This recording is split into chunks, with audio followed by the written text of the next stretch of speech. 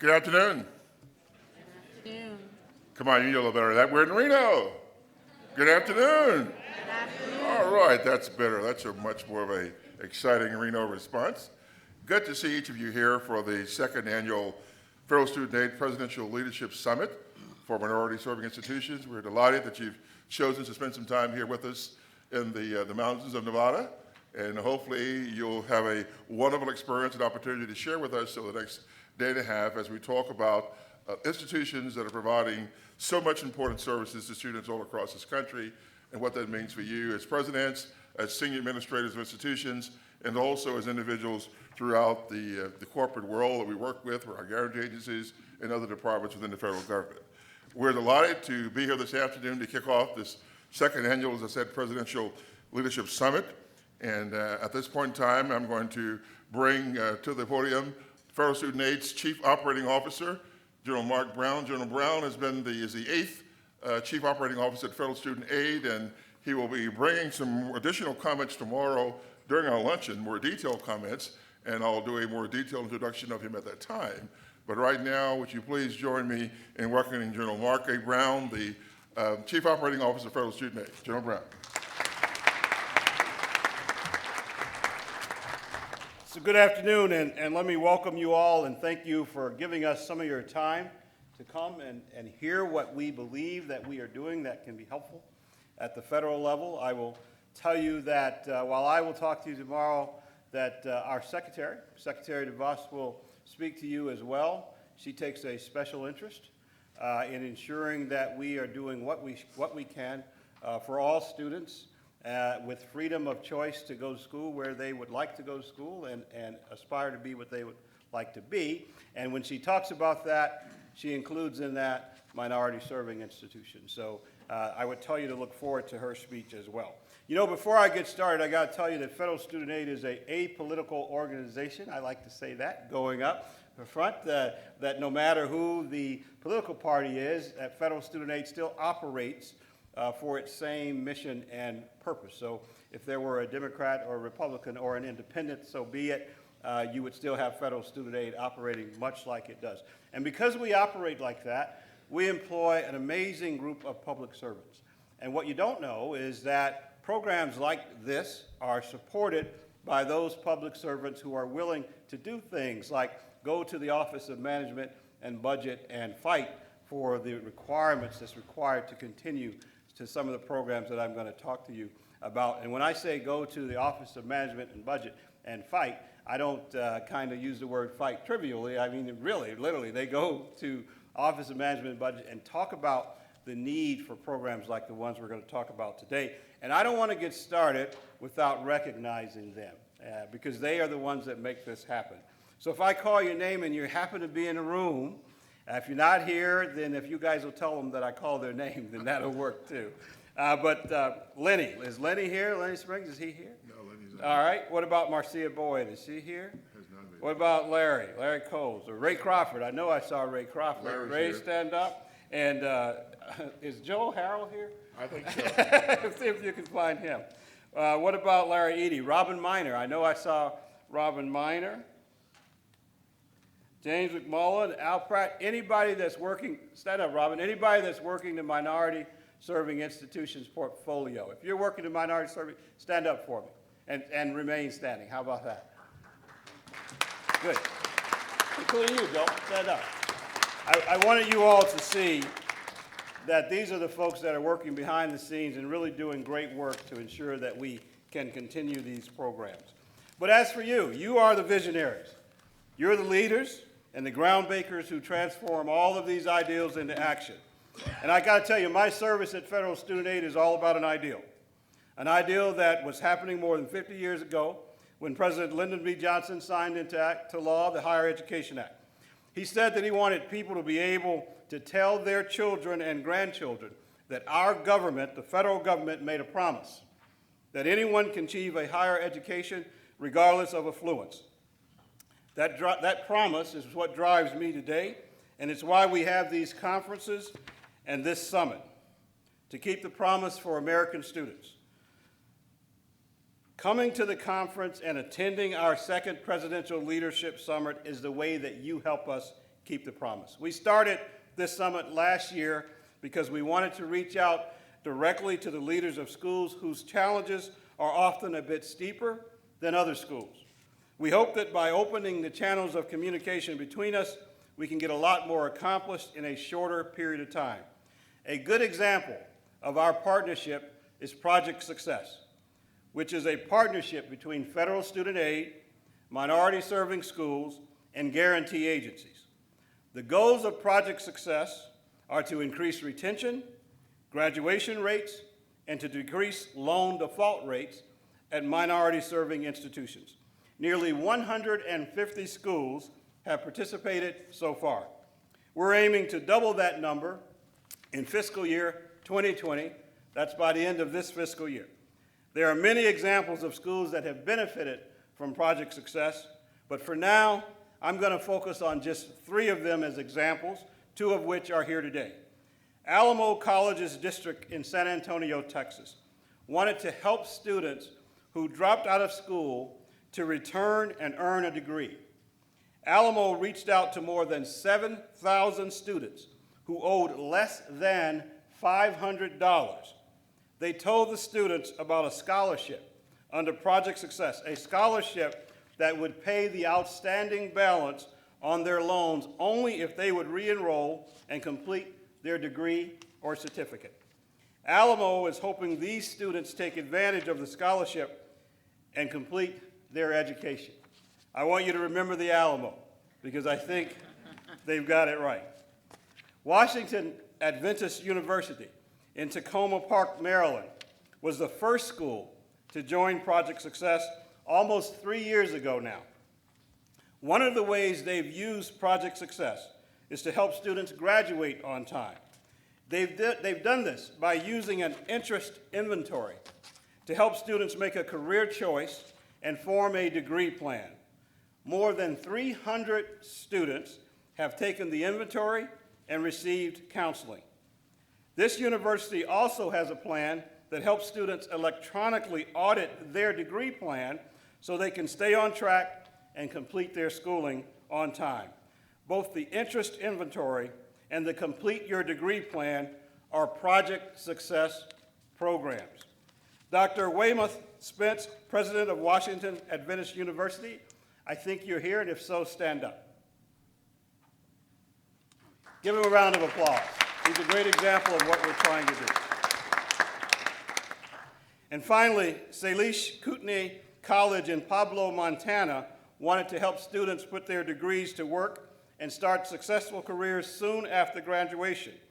They partnered with more than 30 employers to offer professionally challenging paid internships to students. Interns not only get real-life work experience, but they earn a salary at the same time. Students who take advantage of the intern program identify gaps in what they need to learn before they graduate, increase their professional skills, and lessen some of their financial struggles, which help them stay in school to finish their degrees. It's a winning program all around. Dr. Sandra Bohem, president of Salish Kootenai College, I believe you're here. Please stand up. Are you? Give her a round of applause. I want to thank you for the work that you're doing to help students succeed. It's inspiring to see how school presidents are embracing this program. You can see why we want to double it in 2020. They're making it their own desire to meet the unique needs of their school and ultimately help students realize that the dream of a higher education is possible. I'll share more about Project Success at tomorrow's lunch. For now, please note that one of the goals of Project Success is to help students afford school through internships, scholarships, and other means. And please note that I did not say student loans. We have a $1.5 trillion portfolio in federal student aid. About 90% of that are student loans. About 1/3 of those 90% are delinquent. And so I want to ask you a question to ponder. If, in fact, you graduate college and you're paying loans into your 40s and your 50s, have we met the promise of LBJ? Have we done what we were told to do? Are we doing what we should be doing for the nation? Are we making our folks prosperous? Dr. Mildred Garcia is going to talk about the affordability. Her observations, thoughts, and ideals will be enlightening. I won't keep you any longer from the start of the summit, but I want to end with this. My goal 3 years from now is not to have a 1.5 or a 1.6 or a 1.7 trillion dollar student loan portfolio. My goal is about outcomes, great outcomes, and we'll talk more about them at lunch tomorrow, but great outcomes from students that do not include extreme financial debt well into their later years. I want to thank you for attending FSA's second annual Presidential Leadership Summit. I look forward to talking with you more tomorrow. And Dr. Garcia, thank you for your time here.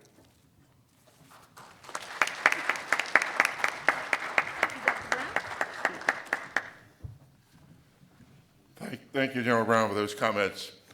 A couple of other opening remarks that I did not address earlier. You should have a program there with you that sort of provides you a guideline of how we'll be presuming over the next day and a half here with the activities that are associated with the summit. Also, some housekeeping duties for those who have not yet determined. Around the right, outside of this room, to the immediate right and around, you'll find the coffee and the restroom facilities that are in that particular area as well. There's water in the corner for those who may need that also. At this point in time, let me introduce our keynote speaker for this afternoon's sessions. One of the challenges that we've had with each one of these opening sessions, or sessions that we've done with the Presidential Leadership Summits, is that we understand that we have a responsibility, certainly when we bring presidents together, to talk about compliance-related issues. And if you'll note within your program, you will see that we start tomorrow morning off with some very, what we call core compliance subjects that are critical to the operation of Title IV programs at your institutions. But we also recognize that there are many ancillary topics that go along with that, and topics that are important for us to have conversations about. Last year, we started off this conference with an intense conversation about student success, and we wrapped around that throughout the day and a half to give you some idea of how that also ties into the overall Title IV responsibilities that you have as leaders at your institutions. And so this conference year, this program year, we reached out to Dr. Garcia, president of Askew, and asked her if she would come and to sort of kick us off with comments regarding college affordability.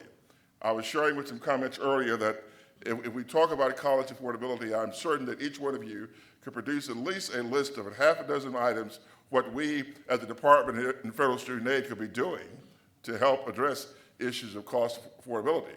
And so we know that you're not short on comments, and we know that you have many ideas to share with us, and we're eager to hear about those. So I am delighted to bring to the podium at this time Dr. Mildred Garcia, the president of Askew. Dr. Garcia has held 3 higher education presidencies. She has served as the president of Berkeley College, New York, and New Jersey, California State University, Dominguez Hills, and California State in Fullerton. She has actively promoted partnerships between U.S. higher education institutions and societal, cultural, and higher education systems of other countries. The first Latina ever appointed to the presidency in the California State University system, and also she was the first system-wide president and the first Latino president for Berkeley College. She co-chairs the Gates Post-Secondary Value Commission and is actively engaged on a number of national boards, including the Educational Testing Service Board of Trustees and the National Institute for Learning Outcomes Assessment. She is the first Latina to lead a professional higher education association, and whether through her scholarly publications, national or international speaking engagements, Dr. Garcia strives to improve equity in higher education. Please join me in welcoming Dr. Mildred Garcia, president of Askew. Dr. Garcia.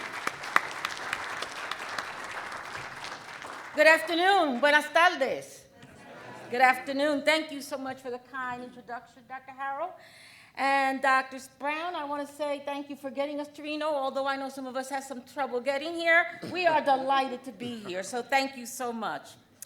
We know that there could be no higher priority for those of us in higher education than to ensure sufficient, consistent, and sustained funding to keep our colleges and universities affordable and within reach for all students. You all know this. There are no easy answers here. You know that cost and affordability has emerged as a serious threat to our nation's ability to maintain the best educated and most innovative workforce on this planet. And against this backdrop, our colleges and universities continue to deliver and the value despite this challenging budgetary environment. I don't have to tell this group that. Those we serve enter our schools as students are seeking a pathway to a better life. And when they succeed, they leave as entrepreneurs, as doctors, as programmers, as teachers, as artists, anything that they can imagine. And when we succeed, they leave as better engaged citizens. They leave self-actualized with a better understanding of themselves and how they fit into this rapidly changing world around them. You know, I do quite a bit of public speaking over the years, and I've learned that you can't go wrong if you leave the audience with something tangible to go home with. That was very true at the commencement address at Morehouse College last May. You surely read about it. Billionaire investor Robert F. Smith ended his remarks with a promise to pay off the student debt for the entire class of 2019. And I bet there are more than a few presidents in this audience secretly thinking about what billionaire you can invite to commencement next year in the hopes of following in Mr. Smith's footsteps. That was indeed a bold pledge, and Smith was very properly celebrated for his generous act. But it also compelled us to ask, what more could we be doing in our institutions to structurally attack this challenge of student debt and financial aid that all too often doesn't cover the cost of college? We know the real answer to college affordability isn't banking on an individual savior. It's working together to achieve systemic changes that ensure that college is, and I'm underscoring, is affordable for those who seek a better life. To be sure, inflation-adjusted average net tuition and fees in the public four-year sector nearly doubled over the last 2 decades. Inflation-adjusted net total cost of attendance increased by nearly 70% over that same period. But let's be clear. The primary driver of cost in the public sector institutions has been the increasing trend of state disinvestment in education and unfunded mandates. We have seen state support for higher education continue to decline over recent years. The cost for public higher education has been severe in many states. According to the recent report from the Center on Budget and Policy Priorities, only 9 states increased per student funding from 2008 to 2018 after adjusting for inflation, and 13 states cut funding by 25% or more during that same period. And the inevitable consequence of this disinvestment has been a shift of the cost to the student and to their families.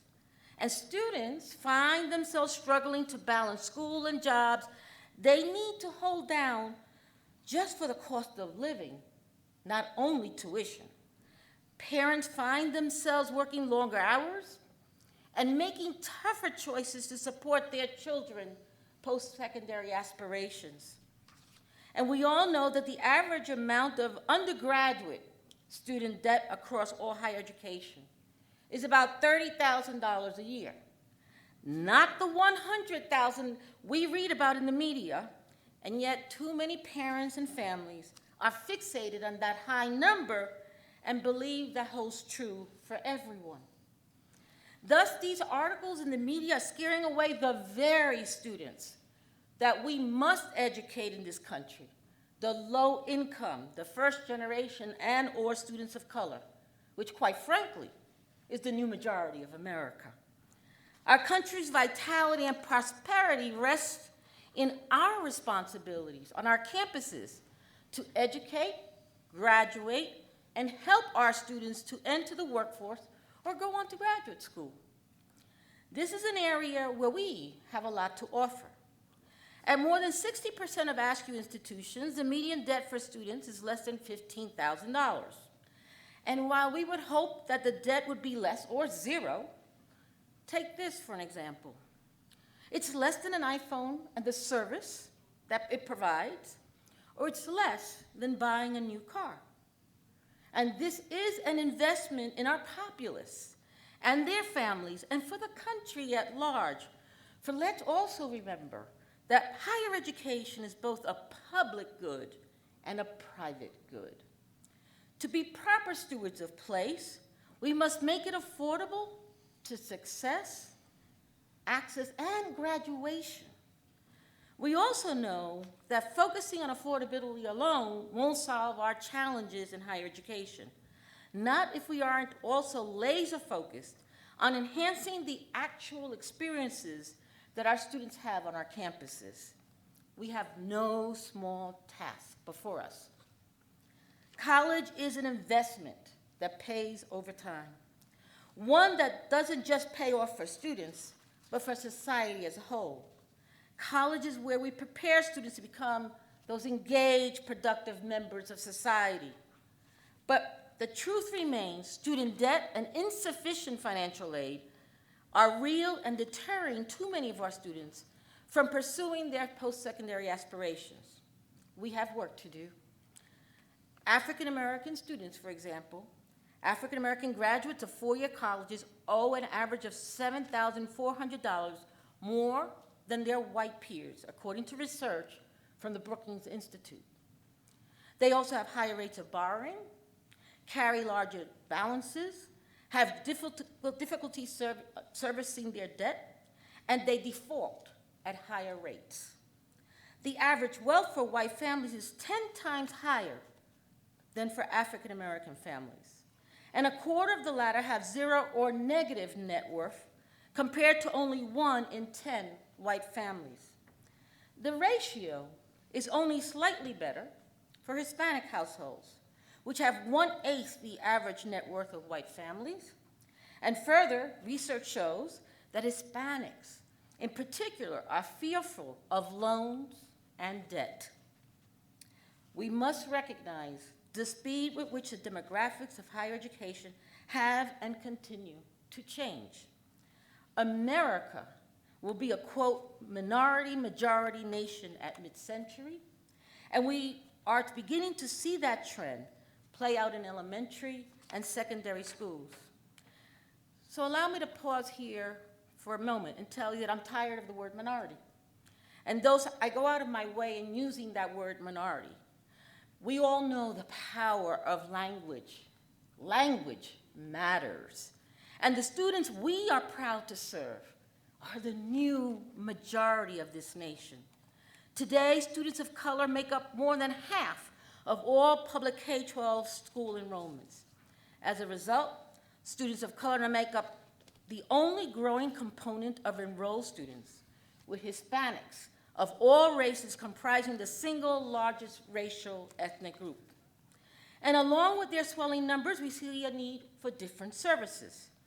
They have different needs as they relate to financial aid support, counseling, student support, and more, all on top of them keeping up with costs.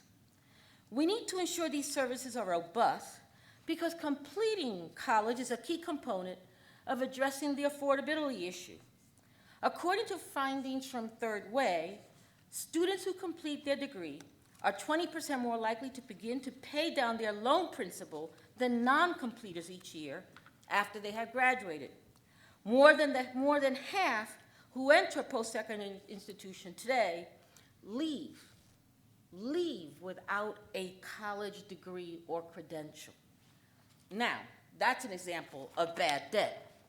We see families make extraordinary sacrifices, whatever it takes, to allow their children the opportunity to pursue an education. So many low-income parents believe what my own parents instilled in me when I was growing up, as a child growing up in Brooklyn, a first-generation college student from the housing projects, and they said to me, la única herencia que una familia pobre le deja a sus hijos es una buena educación. The only inheritance a poor family can leave its children is a good education. From my journey as a first-generation college student to all that I have accomplished, I know the contributions I have made because of that education to my family, to my communities, and yes, to this nation. And we must make that opportunity available to all students, regardless of where they come from. Those of us here in this room have a great responsibility to carry out that same inheritance to all first-generation low-income and students of color. And so I'd like to say a little bit about Askew. I know there's a lot we have to share with each other about strategies that work, and we heard some just earlier on in the opening comments. So today I'm going to share some of the perspective we have on this cost challenge at Askew and how we can work together in service of our common goal, allowing more Americans the opportunity to get the education they need to fulfill their dreams. I feel blessed to be able to live my passion each day in helping our member institutions to deliver the best possible educational experience for their students. I attribute our longevity to the fact that students really are at the heart of Askew, a coalition of nearly 400 public colleges and universities and systems. Askew institutions educate a large share of first-generation students of color and/or low income, and we admit the largest share of transfer students from community colleges. Our members share a historic commitment to underserved student populations, a learning and teaching-centered culture, and a dedication to research and creativity that advances their region's economic progress and cultural development. Our institutions make up 42% of the nation's public four-year institutions. We enroll nearly 3 million undergraduates, and we have a unique perspective when it comes to the changing demographics we see in higher education. For some context, 90% of public four-year historically black colleges and universities are Askew members. 40% of public four-year Hispanic serving institutions are Askew members. And 25% of Asian American and Native American Pacific Island serving institutions are members of Askew. And our institutions remain central to their communities. Our state colleges and universities remain crown jewels in ensuring our country's competitiveness and standing in this world on technology, on research, on so many fields driving progress today. They are real engines of opportunity and social mobility. The studies by Chetty at Stanford and the other by Jorge Crol de Alba document this reality. It is Askew institutions that are moving students from the lower socioeconomic status to middle class and beyond. To combat the naysayers about post-secondary education, education is not only a personal good, but it also pays dividends throughout the society for all of us. And I keep repeating that because I'm hearing that in Washington all the time. Is college degree really necessary? And I want to say, is it your children we're talking about or your grandchildren? Who is it that we're not talking about here? So here it is. Here is the challenge. Our institutions understand the link between student success and the financial hardships their students experience. I could share numerous examples of the work Askew institutions are doing in this area, and we've heard some, but for the sake, I'm going to limit it to one, and that's Indiana University Kokomo. At that institution, if a student is low on funds to cover their expenses, the school issues microgrants so they could stay in school. No student, they say, should be dropped if they owe $100 or less. And of course, let's remember the other two examples. It can't be a surprise that we see cynicism and doubt about the rising value of education. We increasingly hear questions on all fronts from parents, from students, from business leaders, from people on the Hill. We increasingly hear the question, do the benefits justify the cost? And for us in this room, we know the answer is an emphatic yes. It is not even a question when it comes to higher education professionals. We know better than anyone the lifetime return on a college education, not only in terms of character building and all of those important intangible qualities, but specifically in terms of earning power, economic independence, and the economic returns by the taxes that are paid by the higher incomes our graduates make. The Bureau of Labor Statistics predicts that by 2026, employment will grow by some 10% for jobs requiring a bachelor's degree. That's faster than the growth projected for all occupations overall. We are fortunate and we are blessed to lead and shape our institutions that play unique roles as portals to opportunity. In this academy, your potential to earn is directly linked to the willingness to learn, and you, as professionals, have this in your hands to help every student to gain that dream. So how do we get there? Our public policy agenda shapes our approach to providing state and federal leaders with specific actions we urge for moving forward. We are committed to working with our federal partners to support continued innovation, competition, and affordability. Ultimately, we must not lose sight of our own North Star, producing the best educated, most innovative workforce on this planet. In our forthcoming 2020 public policy agenda, we outline some of the steps we need to take supporting more partnerships and collaborations across federal and state lines, simplifying access to aid, and providing appropriate debt relief to overburdened students who have been victims of fraud. There's no silver bullet, but here are 5 solutions we can implement together that would make a profound difference very quickly. Number 1, let's fight to increase Pell Grants. Increase Pell Grants.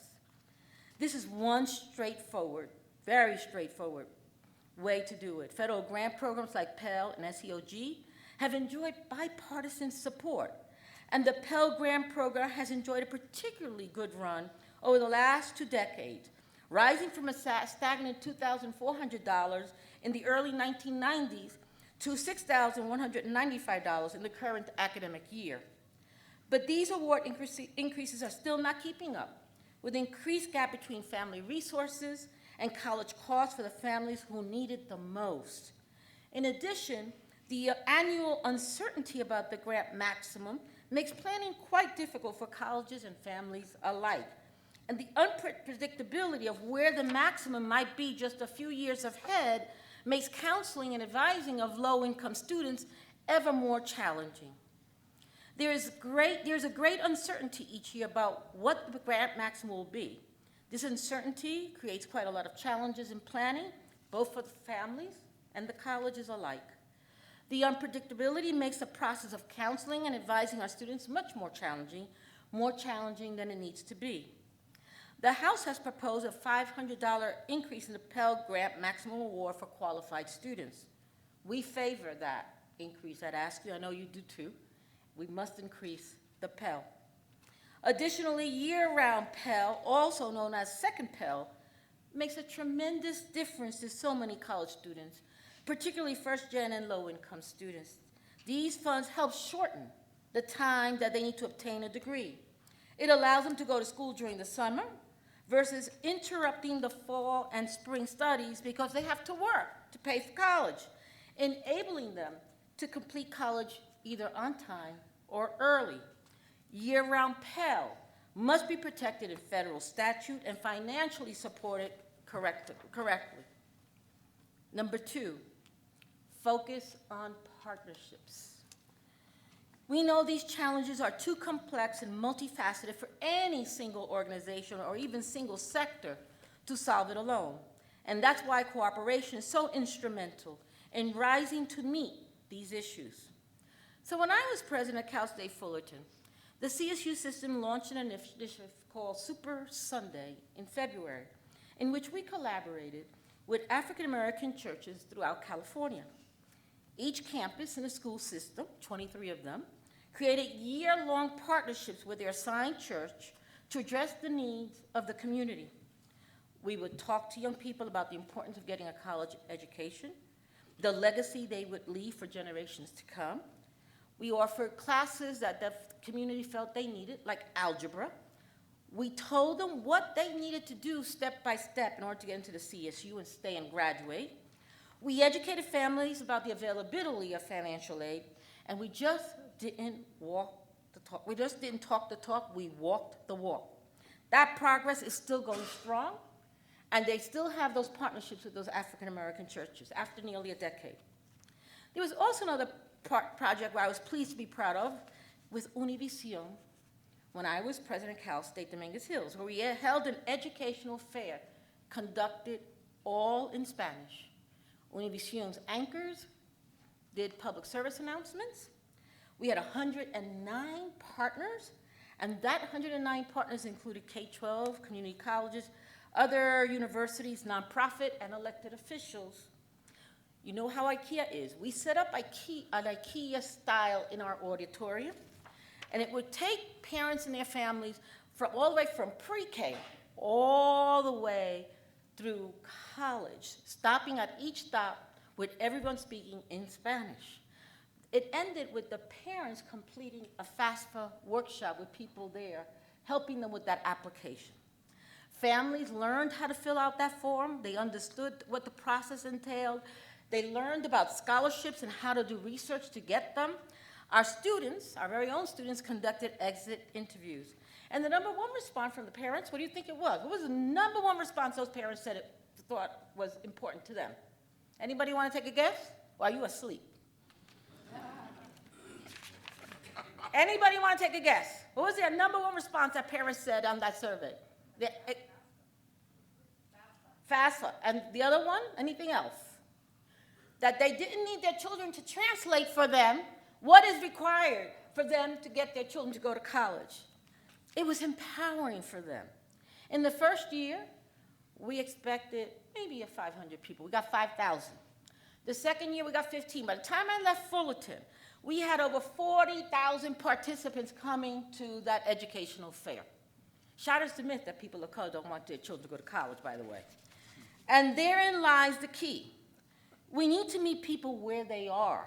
We need to meet them in their language and in their space, to educate them and show them the way, to take away the fear and stigma of financial aid by showing them how to do the process. Partnership is key. Local, state, and federal government all face challenges, but partnerships can help us to make the most of limited resources.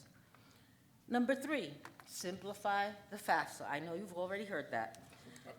With over 100 questions, a FAFSA form can be a complex document to navigate, especially if you are new to higher education and don't have a mentor or family member to guide you through it. There are various concerns, some of them quite legitimate, about the FAFSA simplification. Chief among these is that it would do little good to simplify the federal form to the point where the states would largely depend on the FAFSA process for mean testing their own programs. And they would be induced to prepare their own application, creating more complexity and duplication of effort. This objection is not insurmountable. However, it may be likely that the federal estimated family contribution, regardless of how it is arrived on, would suffice to drive the state process in most cases. What's worse and more elusive, because it is difficult to quantify, is the adverse impact that FAFSA may be exerting on the neediest prospective students who never enroll because of misplaced concerns about affordability.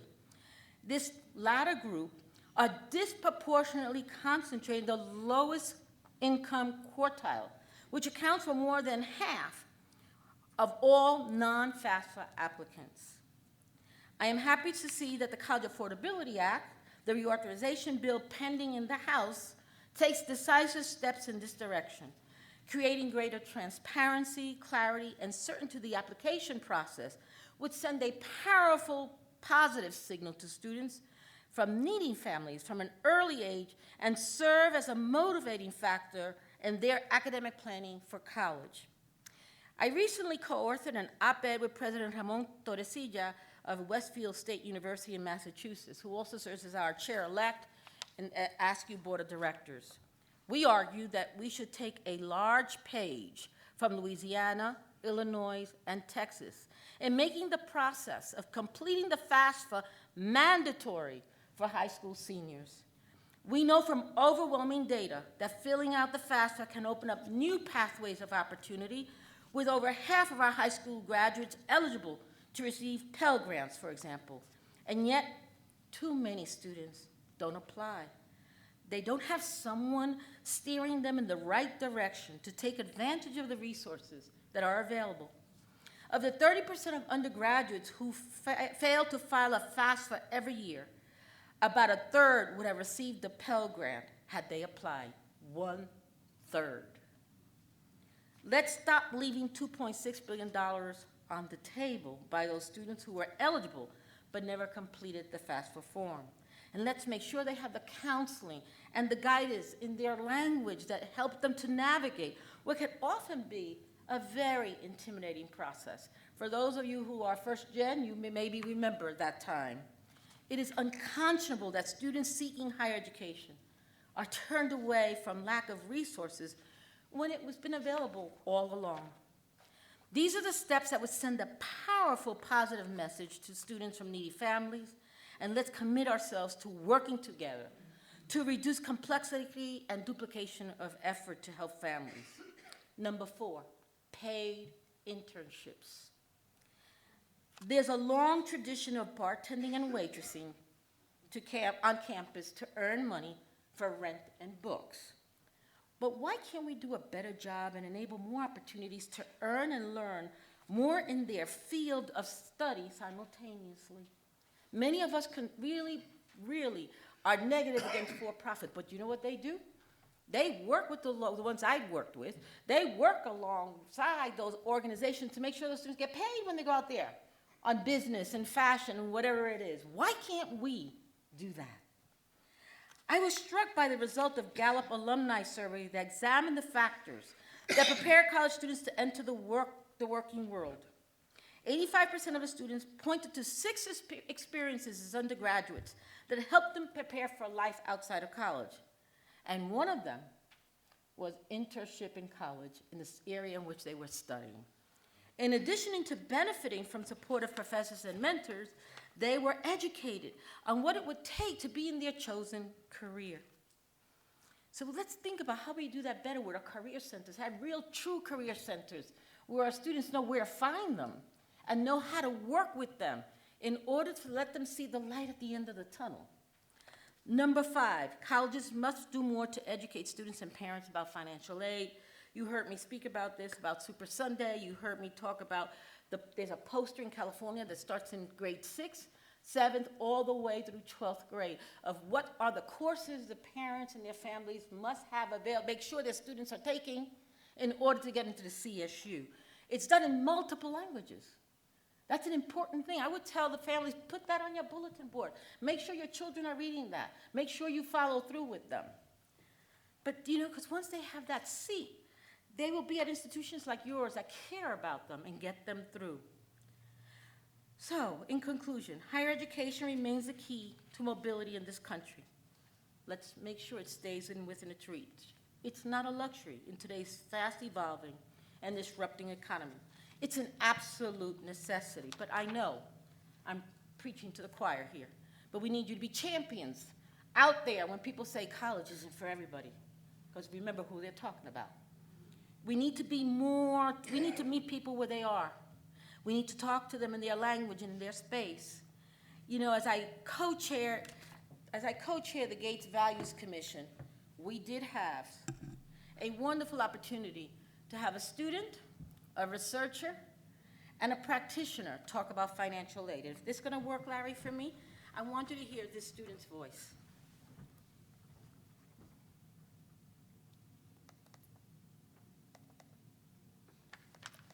I remember being in the financial aid office, trying to figure out how to pay for it, what loans I could take out, and I just couldn't. I couldn't pay for it. I didn't have the money.